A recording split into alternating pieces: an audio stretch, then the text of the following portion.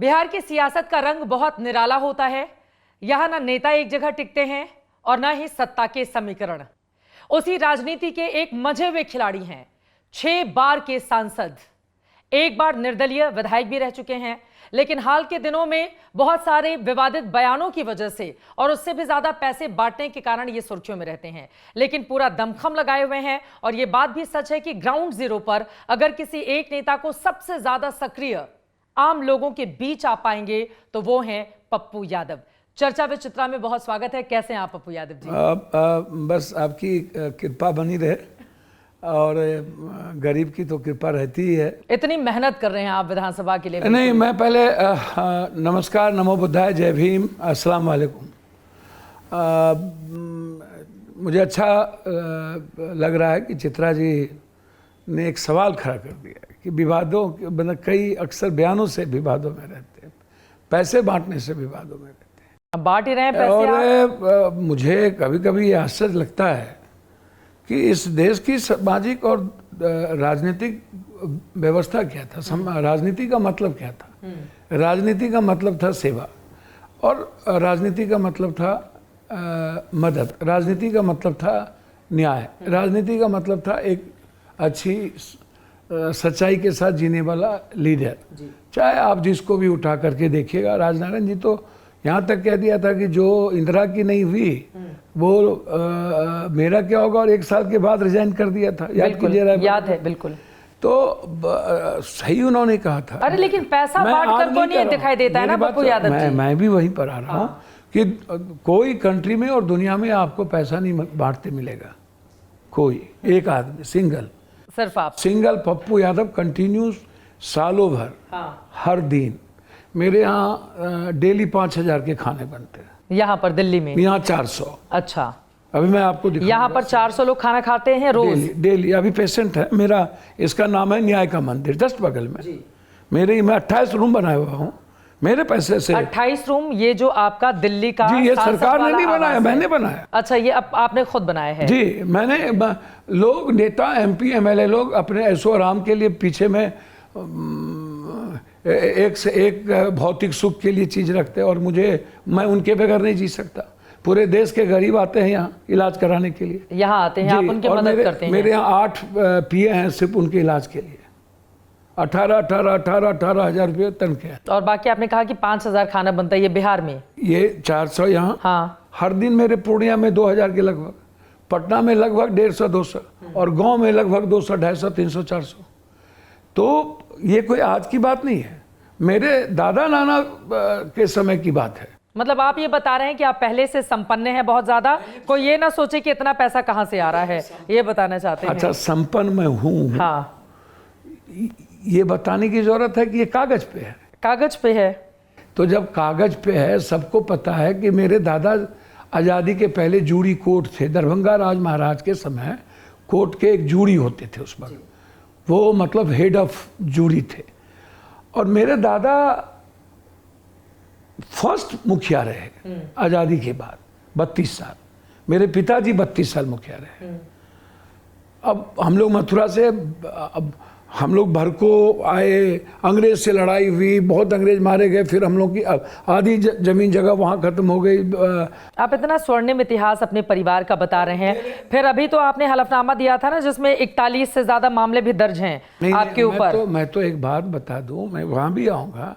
आपको पता है मेरे बारे में, मेरे पर 41 मुकदमे, सिर्फ एक भी मेरे पर आपराधिक मुकदमे नहीं है। मेरे पर मुकदमे हैं आंदोलन के, कॉलेज लाइफ के, और 90 के MLA बनने के बाद के।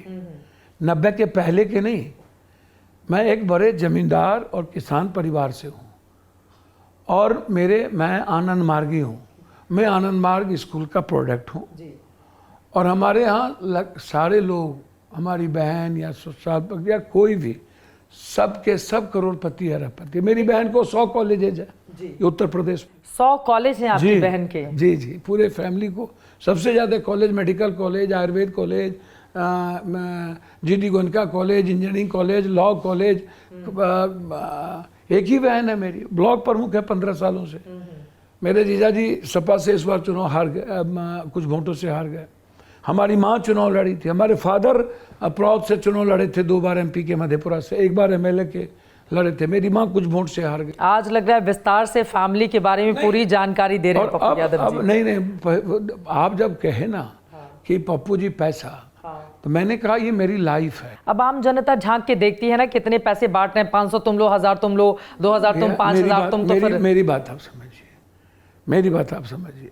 एक तो मैं बयान, कोई भी बयान मेरा विवाद में आप नहीं देख सकते, इसको आप समझिए। एक साधारण कोई बात, हम यदि कोरोना में गए, तो कोरोना में जब हम गए, जब मेरे पास पैसे दोस्तों ने, अन लोगों ने, खत्म हो गया, हम नहीं कर पा रहे थे, तो मैं अपने ऑफिस के पीछे की ज़मीन 90 कट्ठा, जो 100 सालों से वैसे ही रखी हुई थी, उसमें काम आते थे पब्लिक को मीटिंग करने के लिए, मैंने वो बेच दी। इसमें तो कोई प्रमाण की ज़रूरत नहीं है, रजिस्ट्री हुआ वो ज़मीन। और वो ज़मीन, आपको आश्चर्य होगा, 6 करोड़ रुपया कम में बेचा।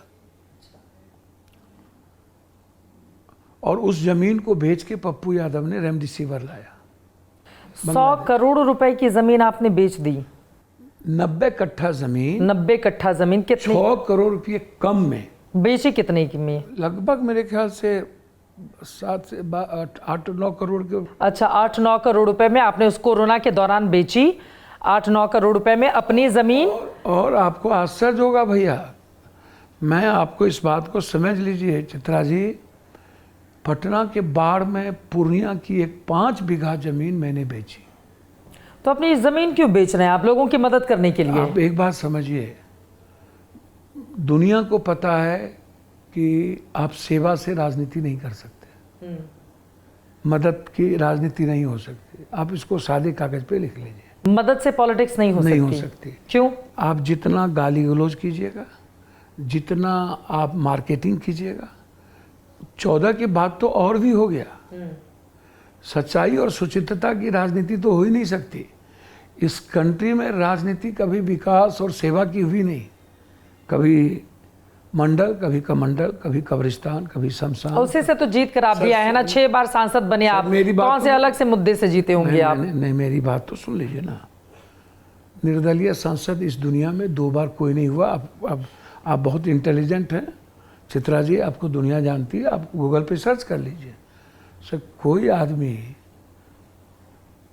जितना टफ मैथ, इंग्लिश और साइंस है बच्चों में पढ़ने के लिए, math plus English plus science equal to politics.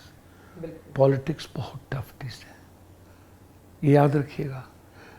गठबंधन और पार्टी और जात पात पर आप जीत जाइएगा। आप किस पर जीतते हैं? बस मेरे यहाँ तो जात भी नहीं है मेरा। पूर्णिया में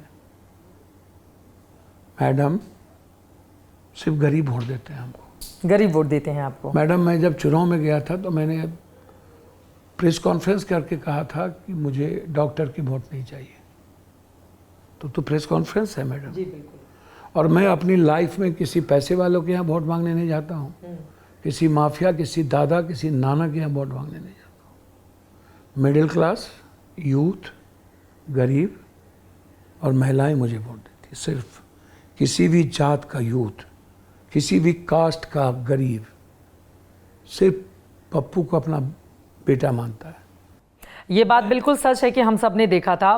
जब बाढ़ भी आती है तो आप लोगों के बीच होते हैं, कई लोगों की जान गई, उनके परिवार से आपने मुलाकात की। लोग बार-बार यही बात हमसे, और लोग बनाते भी हैं, ये सच बात है। आपके खिलाफ तो तेजस्वी जी ने मोर्चा खोल कर रखा हुआ था। चुनाव में आपके खिलाफ तो उन्होंने कैंपेनिंग की कि एनडीए को दे देना, लेकिन उसको नहीं देना है। एक बात समझिए, देखिए तेजस्वी जी की अपनी सोच है, हाँ। किसी की अपनी, ऐसा नहीं है। आप लोग में क्या झगड़ा है समझ में नहीं आता है। बिहार में जाति की पॉलिटिक्स चलती है, दोनों लोग यादव हैं, लेकिन दोनों में 36 का आंकड़ा है। मैं यादव नहीं हूं, मैं यादव नहीं हूं, मैं कृष्ण का वंशज हूं और एक इंसान हूं। मैं दिल से कह रहा हूं। आपकी बात को मैं स्वीकार कर लूंगी, लेकिन बिहार की पॉलिटिक्स बिना जाति के नहीं आगे बढ़ती है ना। आपको अपने ऑन कैमरा एक रूम में जितने लोग हैं पूछना कौन कौन जात के लोग। आपकी बात बिल्कुल सही है, लेकिन जाति राजनीति की, और जब मैं बाढ़ में जाता हूं, लोगों की मदद करता हूं, घटना में जाता हूं। यदि मैं पटना बाढ़ में गया तो वहाँ ज़्यादा मुसलमान नहीं थे। बिल्कुल सही बात है। वहाँ या तो लाला थे, हाँ।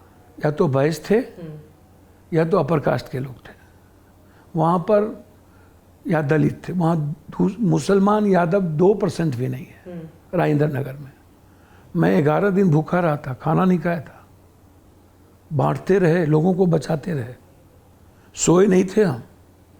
कभी जूस पी के, कभी कॉफ़ी पी करके हम रह गए। पागल हो चुके थे कि मेरा फैमिली है। मैं आपको बहुत क्लियर बताऊं, मैं देश भर के अस्पताल में गया कोरोना में, मैं आज तक बूस्टर डोज नहीं लिया। बूस्टर डोज नहीं लिया? नहीं, कोई सुई नहीं, मुंह पे मास्क नहीं था। आप देखे थे कितनी बड़ी हम पर हमला था। और मैं एक एक अस्पताल की, हमारी गिरफ्तारी बाद में करवाई इन लोगों ने। राजीव प्रताप रूडी जी के घर से जब मैंने एम्बुलेंस निकाला, उसके बाद इन लोगों ने साजिश किया मुझ पर। और मुझ पर 90 दरमियान कौन एक पकड़ुआ शादी हुआ कि पकड़ के शादी पप्पू यादव के कारण हो गई थी।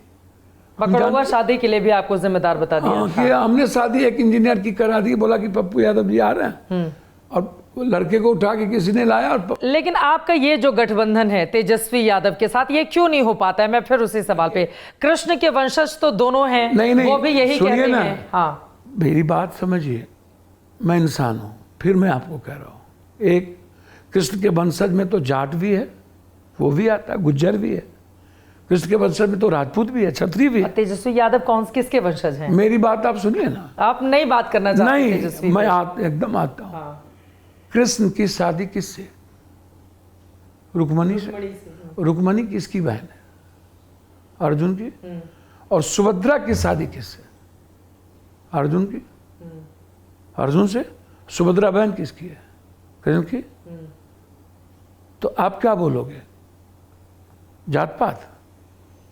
अरे बिहार की राजनीति बिना जाति के नहीं होती है ना पप्पू यादव, हमको समझा लीजिए। मैं तो नहीं मानती हूँ, बिहार में कैसे समझाएंगे? मैं आपको लेकर जा रही हूँ। कहा तेजस्वी भी बोलना नहीं चाहते हैं पप्पू यादव जी, बिल्कुल भी। तेजस्वी जी, हाँ, दूध के जले हुए छाछ फूक फूक कर पीते तेजस्वी यादव। नहीं, मेरी बात सुनिए ना, मैं दूध के जले हुए मैं किसी पर। तेजस्वी जी का जन्म कब हुआ?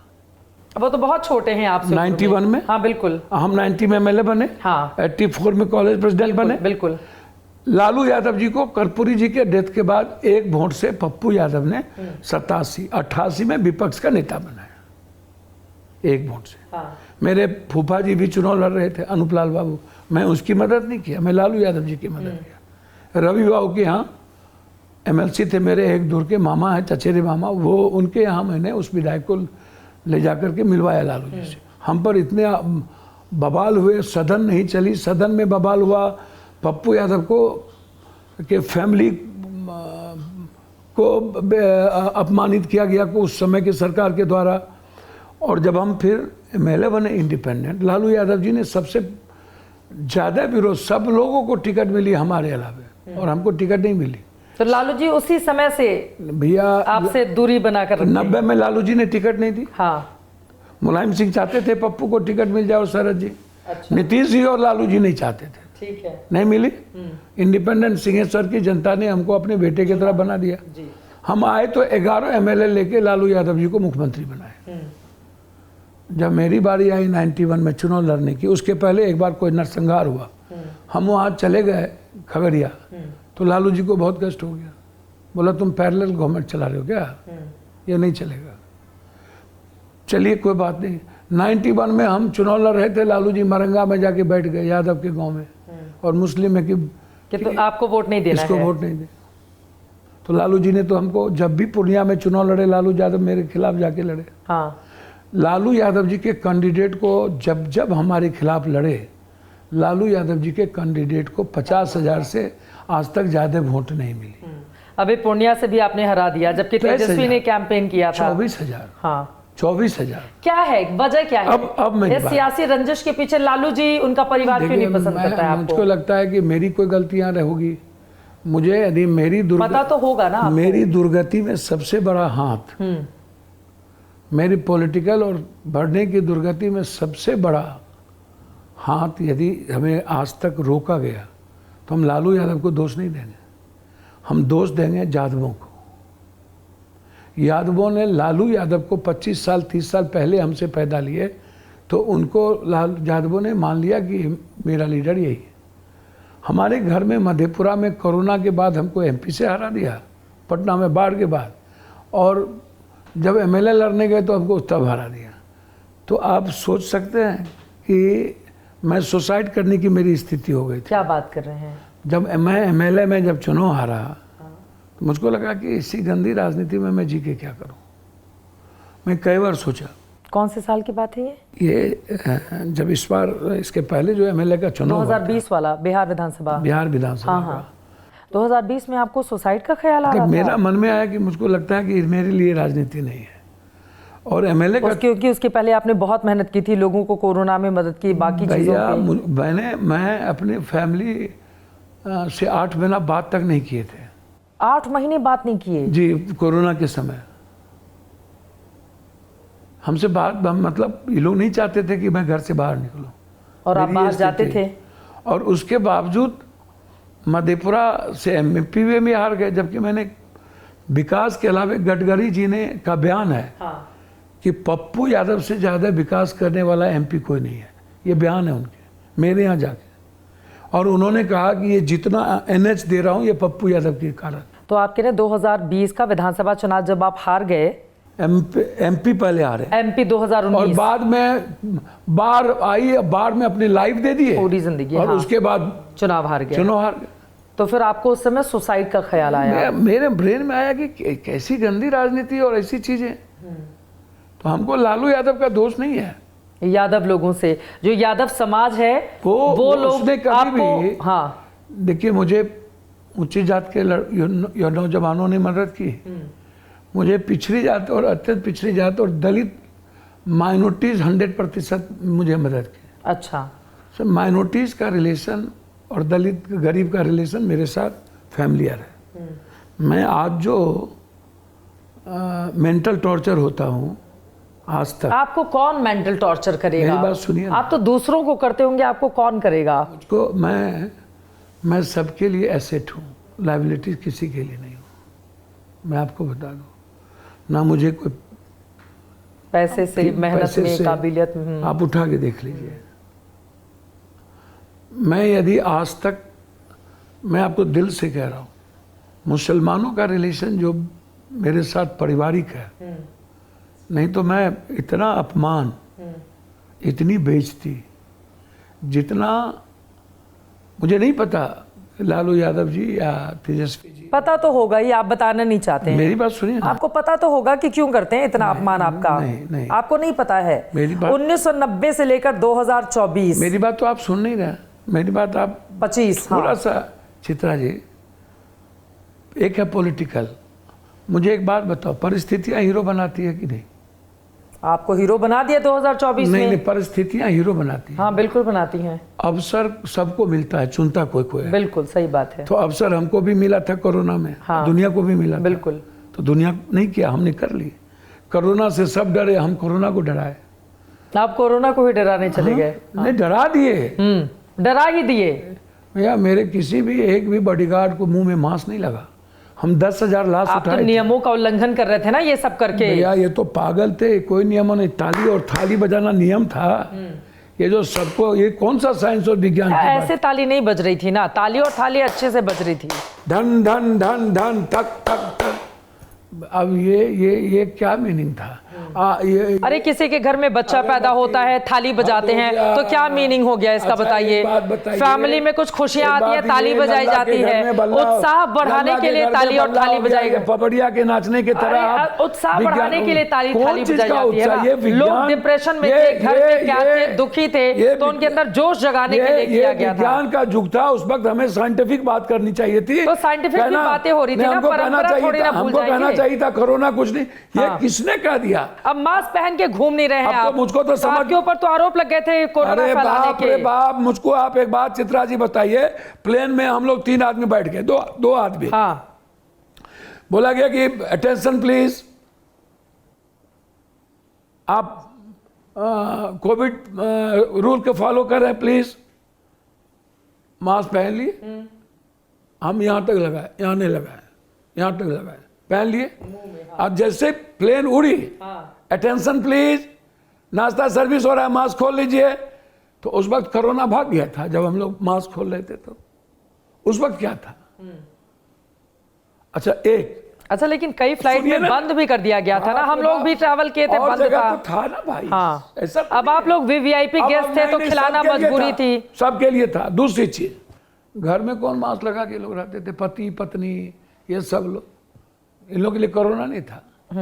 ये लोग बाहर कहाँ जाते थे? ज्यादातर बड़ी आबादी घर में। फिर आप घुमा दे रहे ना, बात हो रही है लालू यादव से क्या झगड़ा है आपका, आप बताना नहीं चाह रहे हैं। अब आज आपके पास मौका है, दर्शक जानना चाहते हैं लालू यादव पप्पू यादव का क्या झगड़ा है, बताइए। लालू यादव जी को मैं आज भी दिल से कह रहा हूं कि कर्पूरी जी और जगदेव बाबू की बात लोहिया और जयप्रकाश नारायण जी के संघर्ष में, चाहे वो लालू जी हो, नीतीश जी हो, रामविलास जी हो, शरद जी हो, मुलायम सिंह हो, चौधरी चरण सिंह जी ने जिस तरीके की राजनीति की, उसमें लालू यादव जी को मौका मिला। लालू यादव जी मुख्यमंत्री बने और निश्चित रूप से लालू यादव जी का 5 साल का जो वर्क था राजनीतिक और सामाजिक आजादी की, कर्पूरी जी और जगदेव बाबू के बाद, गोली खाने के बाद और कर्पूरी जी के अपमानित के बाद, इन लोगों ने और हम भी उसमें शेयर थे। मंडल कमीशन की रैली के बाद इन लोगों ने एक अच्छा राजनीतिक और सामाजिक अवेयरनेस आया और इसका पूरा बेनिफिट लालू यादव जी को मिला कि लालू यादव जी मुख्यमंत्री थे, लालू यादव जी ने आवाज़ दी, ऐसे दी। 5 साल के बाद चीजें बदल रही थी, इकोनॉमिकल फ्रीडम की जरूरत थी, एजुकेशनल फ्रीडम की जरूरत थी। मैं पूछ रही हूँ झगड़ा क्या है, आप पूरा इतिहास पढ़ा रहे हैं मुझे। अब वही बात मैं कह रहा हूँ। तो लालू यादव जी के लिए पप्पू यादव तब भी समर्पित थे और जब लालू यादव जी संकट में रहे, मंडल कमीशन में लालू यादव ने बुला के बोला कि रथ कैसे रुकेगा, हम सैकड़ों लाठी खाए। मंडल कमीशन में रथ आडवाणी जी के रोकने के लिए लालू प्रसाद यादव ने आपसे सलाह ली थी। 12 बजे नहीं, हाँ। कैसे रुकेगा? रंजन जी भी थे। हाँ। वीपी सिंह जी ने फोन कर दिया था कि मुलायम सिंह हीरो हो जाएंगे यदि वो गिरफ्तार कर लेंगे। वो पीएम थे, वो नहीं चाहते थे मुलायम सिंह हीरो हों। अच्छा, वो चाहते थे वीपी सिंह नहीं चाहते थे कि मुलायम हीरो बने। ठीक है, वो लालू यादव जी ही गिरफ्तार कर लें। हाँ। तो उस रथ को रोकने के लिए कितनी कुर्बानी देनी पड़ी। और आप छोड़ दीजिए, जब भी रामकृपाल जी जिंदा है आप पूछना, जब भी चुनाव हुए रामकृपाल जी के चुनाव में हमको बोले कि कप प्लेट से हम लोग लड़ रहे हैं, तुम मेरा साथ दो। झगड़ा किस बात का है? कोई झगड़ा नहीं लालू यादव जी से। तो आप एक तरफा रिश्ता निभाते हैं, वो आपको मंच से उतार देते हैं। सासाराम में आपका माइक छीन लिया, ये कौन सा रिश्ता निभा रहे हैं पप्पू यादव? ना, कोई झगड़ा लालू यादव जी से नहीं। लालू यादव जी जैसा योद्धा को मैं कभी इस जन्म में नहीं मानूंगा कि मेरा उनसे कभी कोई झगड़ा हो सकता है। तो ऐसे लेकिन योद्धा वो है पॉलिटिकल, ये जो पॉलिटिकल है ना, हाँ, पॉलिटिकल घर में झगड़ा।